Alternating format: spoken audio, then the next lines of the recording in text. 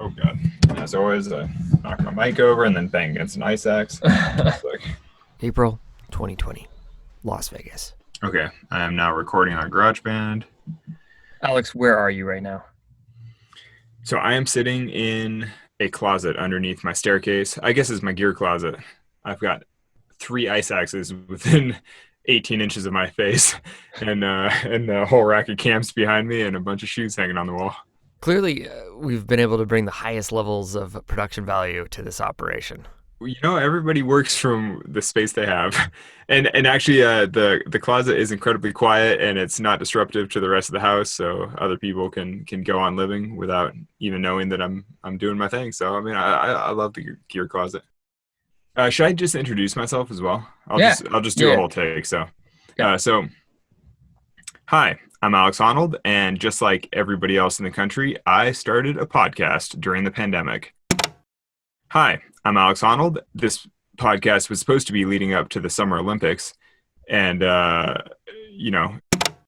Okay, let's try something a little different. Let's dive in. Why would the world want another climbing podcast? Why are we making this? I think that powerful stories are more important than ever. It's interesting because in some ways you can get quicker access to climbing news right now than ever before. I mean, you can YouTube the beta on any boulder problem you want to try at any time, typically from the boulder itself. You have good enough service, you can just watch a video of somebody climbing it. But at the same way, that's kind of like eating candy. It's like fluff that kind of comes and goes really quickly. But I think that really powerful climbing stories, like the legends that we share with our friends, we're like, I just can't believe that happened. That's such a crazy story. Those stories really carry, the history of climbing in a way that YouTube shorts don't. There is no central repository for climbing knowledge. There's no rules.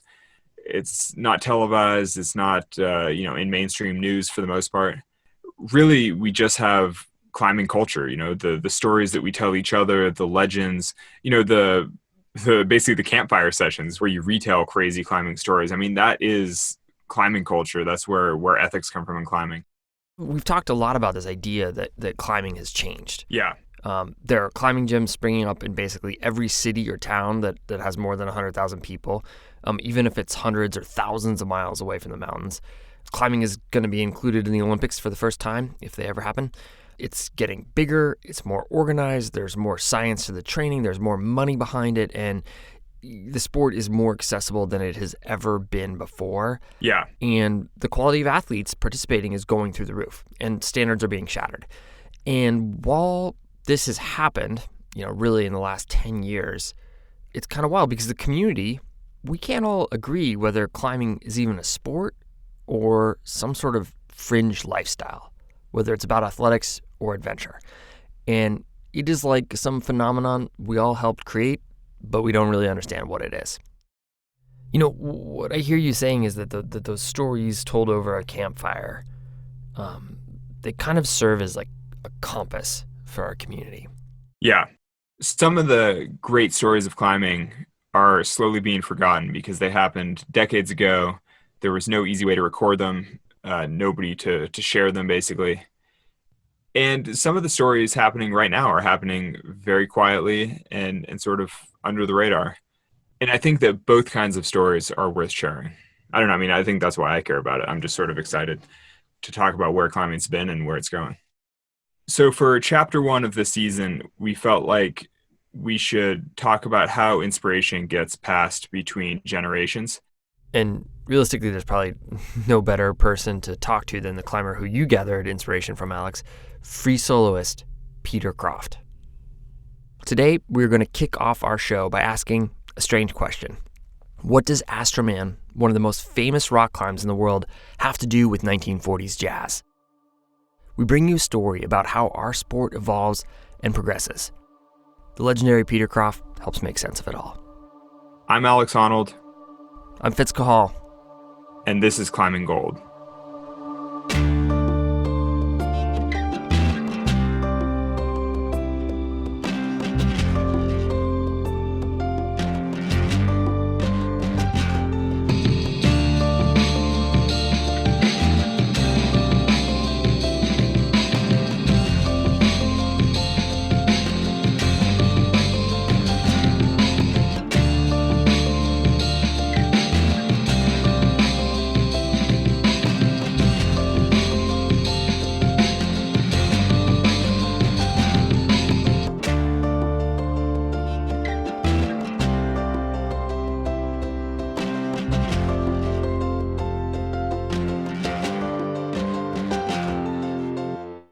Chapter 1.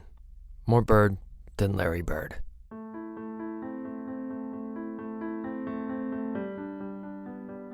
My name is Peter Croft, and I live in Bishop, California, and I grew up in Canada.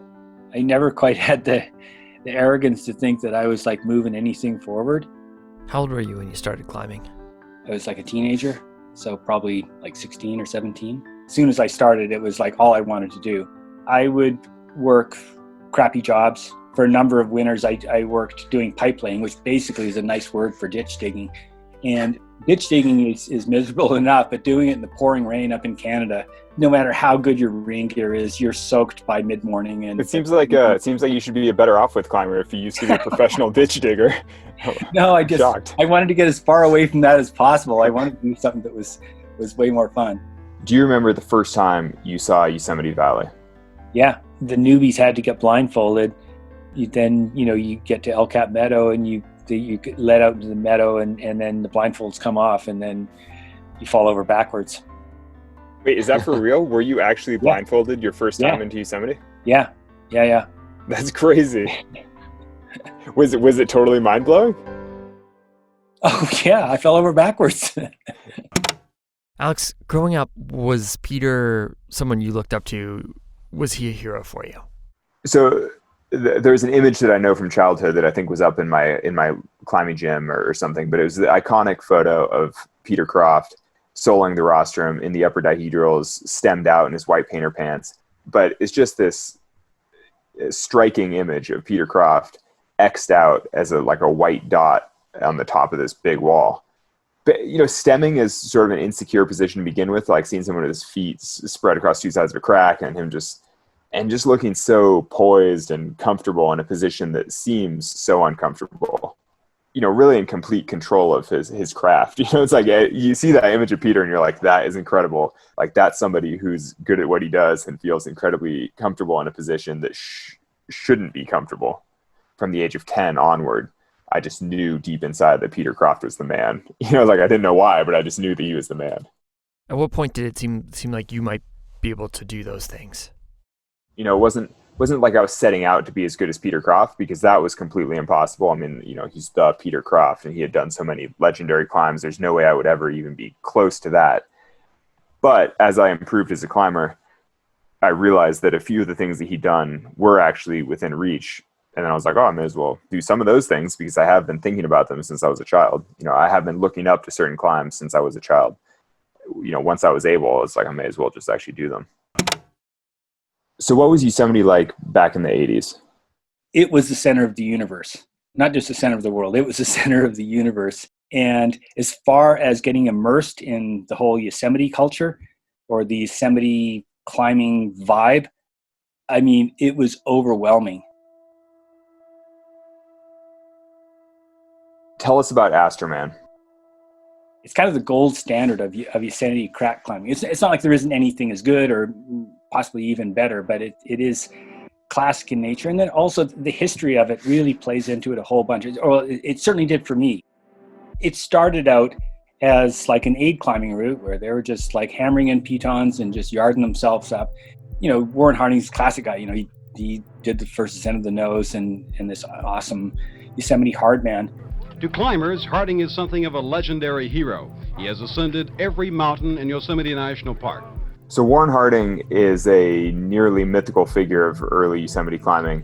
The ascent had been up solid granite. He put up the nose on El Cap and the wall of early morning light, which became the Dawn Wall. Not really a mountain at all, but a sheer cliff in Yosemite National Park. And he put up the west face Leaning Tower and the east face of Washington's Column. A welcoming party of girlfriends, friends, and newsmen were already atop El Capitan. When I think of Warren Harding, what I think of is driving a convertible, having women by his side, drinking a lot of wine. I mean, basically the antithesis of climbers who saw themselves as naturalists and explorers and adventurers. I mean, he was just a wild man looking to have an adventure on a big wall. Why in God's green earth do you guys climb mountains? Because we're insane. Can't be any other reason. He was willing to take a route straight up the most imposing part of a wall in a way that his contemporaries weren't. The east face of Washington's Column is maybe 1,200 feet high, but incredibly sheer, incredibly steep. I mean, it's just kind of scary in a way that a lot of the other walls in Yosemite aren't. Can you honestly say you enjoyed this climb, Warren? Oh, yeah. It's the biggest thing I've ever done. Jim Kilpatrick, CBS News, Yosemite. So routes have a sort of life cycle to them, right? For the most part, climbing progresses from aid climbing, just anything goes, to free climbing, where you follow a slightly stricter set of rules, to free soling, where in some ways you're back to the purest form of climbing because you just walk up to the base of the route and climb it by yourself. Harding establishes it in 1959. 25 years later or something like that, the classic hard men of Yosemite were now John Backer and Ron Kauk and John Long. And those three teaming up and going to work on it and turning it into a free climb, it ushered in a different idea about what wall climbing could be.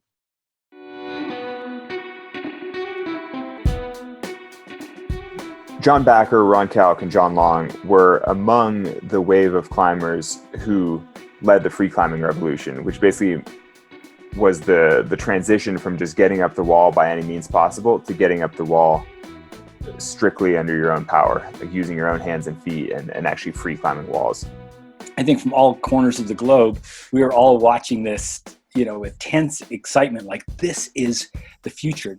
Each brought a degree of athleticism to their climbing in a way that the previous generation hadn't. They cared about the manner in which they climbed walls, and they were really performing as athletes up on the wall. Though they certainly wouldn't have called themselves that at the time, but they would have called themselves derelicts, just out having an adventure and smoking a lot of weed. And more than any other climb, I think that was, for that generation, the climb that kind of changed everything as far as big routes went. It was the longest and most difficult route in the world. People had climbed at that standard, single pitch is one pitch off the ground, but nobody had climbed that hard up high off the ground, and nobody had climbed that many difficult pitches in a row. And once they do successfully free climb it, they renamed it Astro Man. I was just like a student of history and of climbing history, and I just sort of felt like this is for me.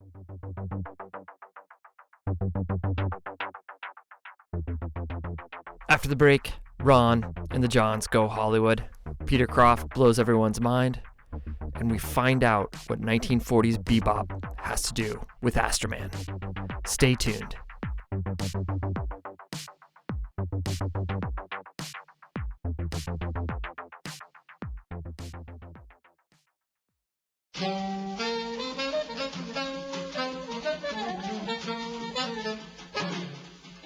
So, you're listening to a 1945 track called Coco by alto saxophonist Charlie Parker, aka Bird. This is quintessential bebop. This track comes from a recording session that a lot of people think is probably the greatest jazz recording session of all time. Parker's recruited young Miles Davis, who's supplementing Dizzy Gillespie on trumpet. The great Max Roach is playing drums. These are the titans of jazz, and they are blowing the doors off the place. They're connecting all these different notes to different chords and keys, and they can do this because 6 years earlier, Bird had an idea. So why are we talking about jazz music? Well, I think that's kind of what happened with Astroman and John Backer, John Long, and Ron Kauk. I don't think it's really all that different from what happened in 1940s jazz. These guys, they had an idea, they had a skill set, and they put it together in a way that no one had done before. And I may get some heat for saying some of this, but up until recently, I'd say that climbing has functioned more like music or art versus something like football or basketball. We call it a sport, but I don't think it functions like that. If you're playing basketball or football, you break the rules and a ref, they blow the whistle. The rules, they get set by a league. And, if you look back at, say, basketball at the NBA, it's a different game than it was in the 1980s. There's more scoring, it's less physical, and part of that is that they changed the rules. They changed how they called the game in order to make a better product in a lot of ways. And yes, there's been great athletes and they've changed it, and tactically there's been adjustments made, but the players haven't changed the game. And like at its core, they haven't moved the basketball hoop back, right? It's not like that, but that's what essentially happened on Astroman. It was much more like in creativity. Like in creativity, there's the brightest stars, they get good, and then they start breaking rules. And they alter the established tastes of an entire period. And I don't think you can do that in sport. Like, you don't get to change the distance to the hoop if you're a player. But I think that that's what Backer, Kauk, and Long did on Astroman. And that's what Charlie Parker did. They created something that their generation, and even the next generation, could build off of.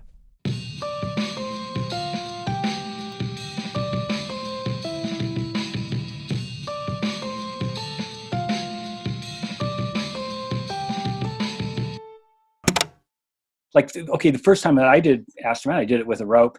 And the night before, I didn't sleep a wink. And a lot of times people say, oh, I didn't really sleep the night before doing a big climb. I really meant it. I couldn't close my eyes all night long. I just lay there. And nights are really long when there's nothing to do. And you're just laying there looking at the ceiling of your tent. At that time, were you friends with Backer and Kauk? I would see them in the parking lot and I would make a huge detour because I was just, their force field was just so strong. I would have to there's no way I could approach them. Each had sort of wild stories in their climbing. They each wound up doing mainstream commercials for various things. Like John Backer was the spokesperson for Gillette. I can't remember if it was John or Ron that did a Bronco commercial. Champion rock climber Ron Kauk knows the thrills and the difficulties of conquering rugged mountains. That's why he likes a Ford Bronco too. He knows that John Backer once publicly posted a challenge that he would pay anyone $10,000 who could keep up with him for a day of soloing. Imagine if I did that. If I was like, if anyone can keep up with me soloing in Red Rock for a day, I'll pay him $10,000. Like, that just doesn't fly anymore. Some of my friends, they would, walk up to Ron or John. When John Backer climbs, he literally suspends his life from his fingertips. It was just way too daunting, and it just didn't even occur to me to try to talk to any of those guys. Their force field totally held. And in some ways, that sort of brought the first widely recognized face to climbing. This is what John lives for. This is where he belongs. No ropes, no pitons, just hands, shoes, and a bag of chalk for grip. To the other climbers, John just may be the best free climber that ever lived. For me, I'm glad it affected me like that, because I always felt like I need to try way harder. In Europe, rock climbing is even bigger, and John is a superstar there. To him, it goes deeper than just wanting to be noticed. It's a way of life, and as far as he's concerned, a long and healthy one. I'm going to climb for the rest of my life. Are you sure about that? Yeah. You don't think there's a limit? I'm not getting tired of it. No, I like it. It's a healthy activity. In 2009, John died soloing at a local crag near his home in Mammoth Lakes, California. He was 52.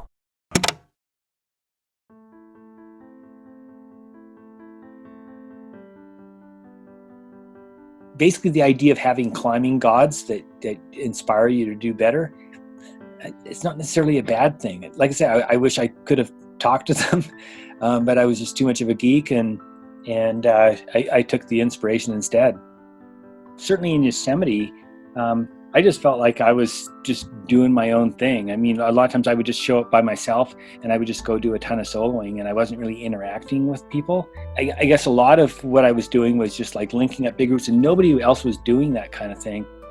By 1985, Peter has this reputation for being able to free solo a week's worth of climbing before lunch. And that year, Peter goes and does something that turns everybody's head, including Backer's. I kind of had to wind myself up way more for when I first soloed the Rostrum. The Rostrum is basically an easier version of Astroman. It's similar steepness, similar physicality, but just slightly smaller, slightly easier, and slightly more comfortable, slightly easier style of climbing. And I remember I was just like, walking over towards Yosemite Village, and it was nighttime, and I was just like by myself, and I was just listening to some music and thinking just like, I don't know. I mean, just like, what am I thinking? I hadn't talked to anybody else about what I was thinking of doing. And I remember just thinking, this would be the coolest thing that I can imagine doing in my whole life at that time. And all of a sudden, it just like, I just got super calm and just like, oh, this is like there is no better thing, and clearly, there's all kinds of better things for different people. But for me, that was just like, this is the most awesome thing I can imagine doing. There's no place I'd rather be. The following year, Backer comes to Croft with an idea. John Backer approached me and he wanted to try to do the nose and half dome in a day, free climbing and aid climbing, just kind of whatever, just speed climbing. And I was just totally overwhelmed. I could hardly even talk to him because he was such a big hero. We went on to do that and it was just incredibly fun. It's not like I felt like it made me on level with John. It was something that I dreamed about for years. In other words, doing that link up of the nose and half dome. I guess I was so amped, I didn't feel hard. And I just go, I've been holding myself back. Like I said, Astroman wasn't on the horizon. And all of a sudden I'm thinking, why not? Alex, for you, did it feel like all roads went through Astroman? To me, it always seemed obvious that I would have to repeat a lot of the free solos that the Stone Masters had done in the past. And so that included things like the Rostrum and Astro Man. Yeah, any climber could just imagine a big challenge and just go out and try to do it. But I think that most climbers, as they're coming up, they want to measure themselves against the standards of the previous generation. And so you just sort of naturally focus on challenges that you know about. Obviously, Peter was deeply influential, but was he ever really a mentor to you? He was never really a mentor in any way, mostly because I was much too shy to ever approach him or to ask him anything about it. Now I'm lucky enough to consider him a friend. And, it is interesting that Peter felt the same way about John Backer, that, he was intimidated by his legend. But I think that's kind of the nature of putting your heroes on a pedestal. It's like, we're all just human. Anybody that you're looking up to as an inspiration is still just a human, just like you.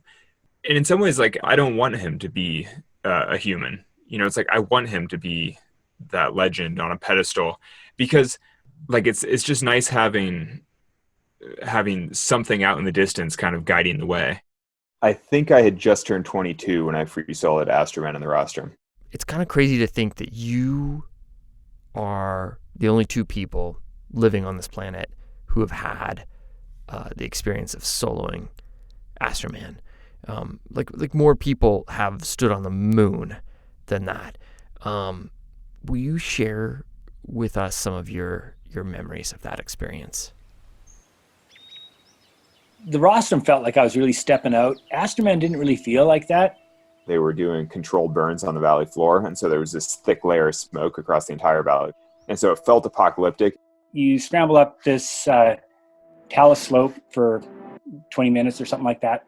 I got above the smoke and it was quite beautiful, and it was all very surreal. You get to base and then there's maybe 100 feet of just scrappy easy climbing, and then it just turns into maybe 1,200 feet of just these splitter cracks. So the first challenge on Astroman is the boulder problem, and it's a maybe 15-foot fierce, thin crack that you just have to really pull.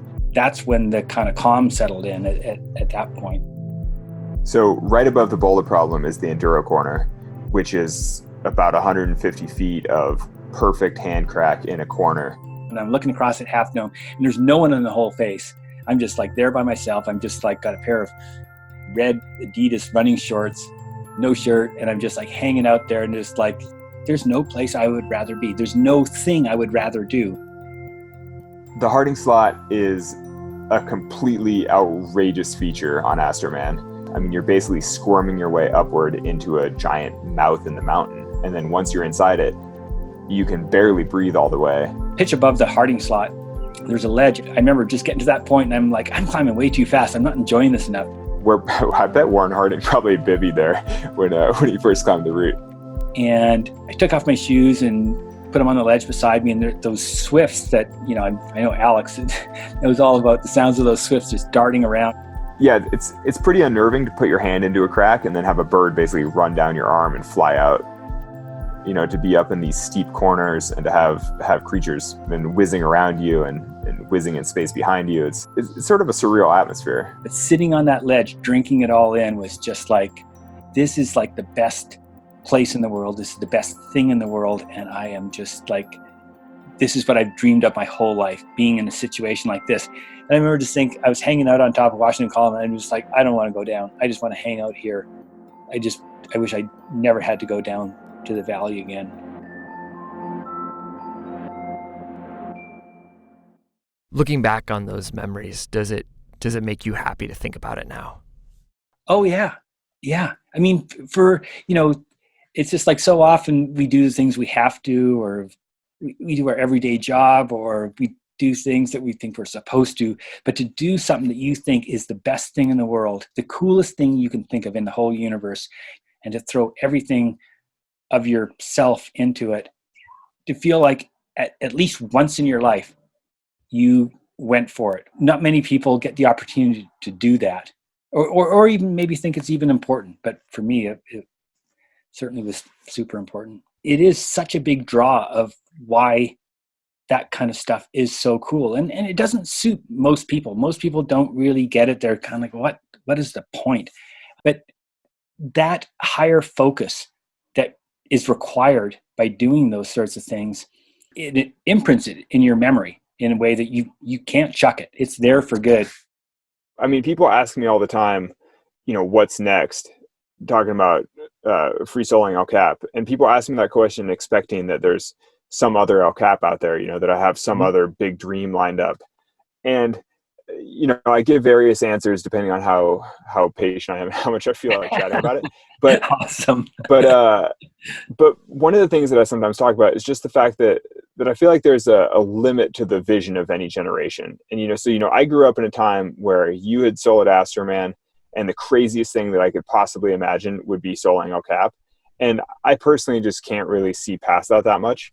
It's sort of in the way that each generation of climbers has sort of taken things a step further. How do you think about that? Certainly for myself, because of the way that Astroman was sort of this seminal moment. It was like the root of a generation, that it changed things all over the world, the way that people looked at big walls. For me, it was hard. In a way, it was hard to get past that. Once I'd done that, it was like, yeah, I can always bump up the grade a little bit, but it wasn't this massive historical thing in my own head of the coolest thing to do. It'd be like, oh, bumping it up a little bit grade-wise. And it seemed like such a petty thing to do. I guess I just didn't have the imagination to think in terms of something as big as not just bumping it up a little bit, but just kind of like, oh, half dome. And then after half dome, El Cap. Well, the thing is now there is no bigger psychological thing than El Cap. Yeah, you could do harder routes in El Cap, but that's not going to be nearly the knockout punch as what you did on Freerider. Yeah, there's always harder things to do, but as far as like that thing that just stands out in the face of anybody, even people who don't even climb, I don't see what else there is, as long as you're glued to this planet.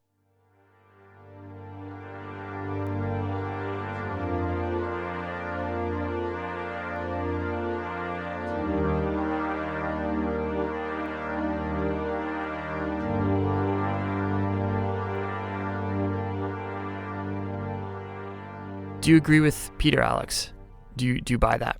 I definitely feel a little sad not having an obvious vision in front of me. I mean, I think that my entire climbing life has been, I've had certain dreams in front of me, certain big goals in front of me. And I think to free solo El Cap, I'm suddenly like, what's the dream? What's the vision? I mean, there are plenty of places I want to go climbing. There are people I want to climb with. There are routes I want to climb. But it's like, it's a little bit different because it's not the deep inspiration of something that seems impossible in front of you. I don't know. I mean, in a way, climbing hasn't even gone through enough generations yet to really know exactly how the sport's going to progress. But it seems like there are clear demarcations between the generations and the different visions of each generation. Peter couldn't really see past Astro Man or the Rostrum. I can't really see past El Cap. I think that each generation has a hard time seeing into the next. It is kind of depressing. Well, I hope it doesn't depress you too much, because you wouldn't really be human if you were always functioning like that, right? Yeah, but it is nice to have something that gets you out of bed in the morning. Like it's nice to have a reason to feel like you should be pushing yourself, or a reason, something to improve for. And I mean, I think that's the double-edged sword of actually accomplishing some of your big projects, like realizing your dreams or something like, oh, now I need a new dream. Like that sucks. Though I don't want to totally sell myself short because, maybe I'll wind up imagining something more inspiring. Alex, I mean, you're a part of the process though, right? I mean, climbing is no different than, say, jazz music like we talked about earlier, or hip hop or modern art. We build off of what people create before us. So when you put yourself in that context, there must be some level of satisfaction that you feel to have been a part of that. I mean, I hope that someone out there is, well, I was going to say listening to this, but hopefully they're not listening to this. Hopefully someone out there is just training right now, thinking about their big dream, thinking about, what's next in climbing. I mean, I think that for climbers growing up right now, they're growing up in a world in which free soloing El Cap is normal. Free soloing Astro Man is old school, and they're thinking about what's next, which, I mean, isn't really for me to say because I can't really imagine it. But someone out there is imagining that, and they will execute on that vision with it, within their lifetime. And I mean, I'm looking forward to seeing what that is. And so you just never really know where the progress in climbing will come from and where young climbers will choose to take it.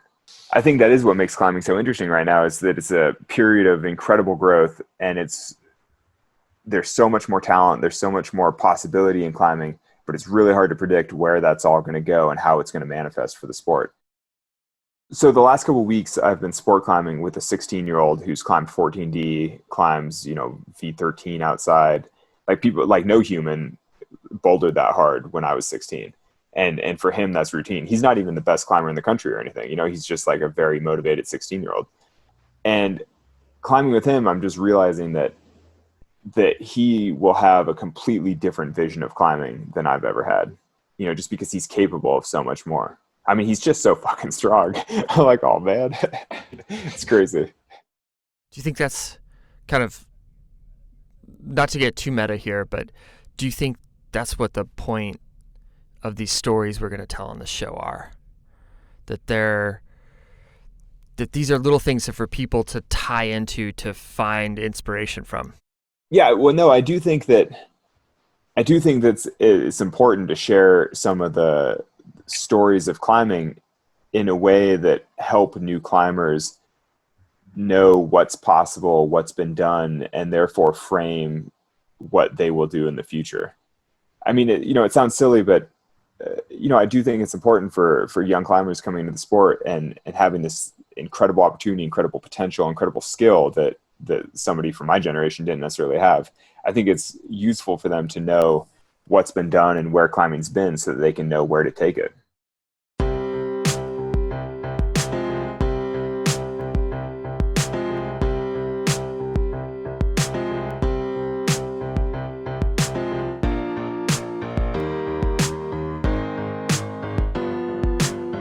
Climbing Gold is a production of Duct Tape and Beer. Alex Honnold is our host. This episode was written and edited by me, Fitz Cahal. Music today by Brendan O'Connell, Amy Stolzenbach, and Cordelia Zars, who collaborated with me on original pieces and also edited and mixed this episode. Art direction by Anya Miller. It was recorded at... who are we kidding? It was recorded at in closets, vans, basements, and backyards during the pandemic. Audio engineering by Zoom and the Voice Memo app. Our executive producers from Duct Tape and Beer are Lisi Hendricks and Becca Cahal, and from RX Hour Sports, Jonathan Redsick and Ben Endy. You can follow us on Instagram at Duct Tape and Beer and Alex Honnold.